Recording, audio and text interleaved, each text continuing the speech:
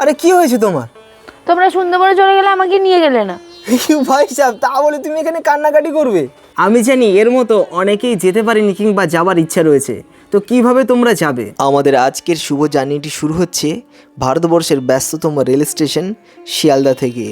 ভোর 5:45 থেকে পরপর ট্রেন রয়েছে। মাত্র 1 ঘন্টা 15 মিনিট ট্রেনে চাপার পর 15 টাকার টিকিট কেটে আমরা এসে পৌঁছে গেলাম ক্যানিং স্টেশনে। ক্যানিং স্টেশনে এসে পৌঁছানোর পর আমাদের ট্রাভেল এজেন্সি কল্পতরু ট্রাভেলের মাধ্যমে ক্যানিং টু ক্যানিং একেবারে প্যাকেজের মধ্যে। তারপর আমরা এসে পৌঁছে গেলাম সোনাখালি ঘাটে।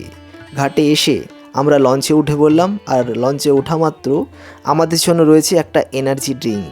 এনার্জি ড্রিঙ্ক খাওয়ার পর আমাদের জন্য চলে এলো সকালের ব্রেকফাস্ট, লুচি, আলুর দম, মিষ্টি, পেট পুরে খাওয়া দাওয়া। আর দুপুরবেলা মাটির পাত্রে জমিয়ে খাওয়া দাওয়া, সন্ধ্যাবেলা ঝুমুর নৃত্য।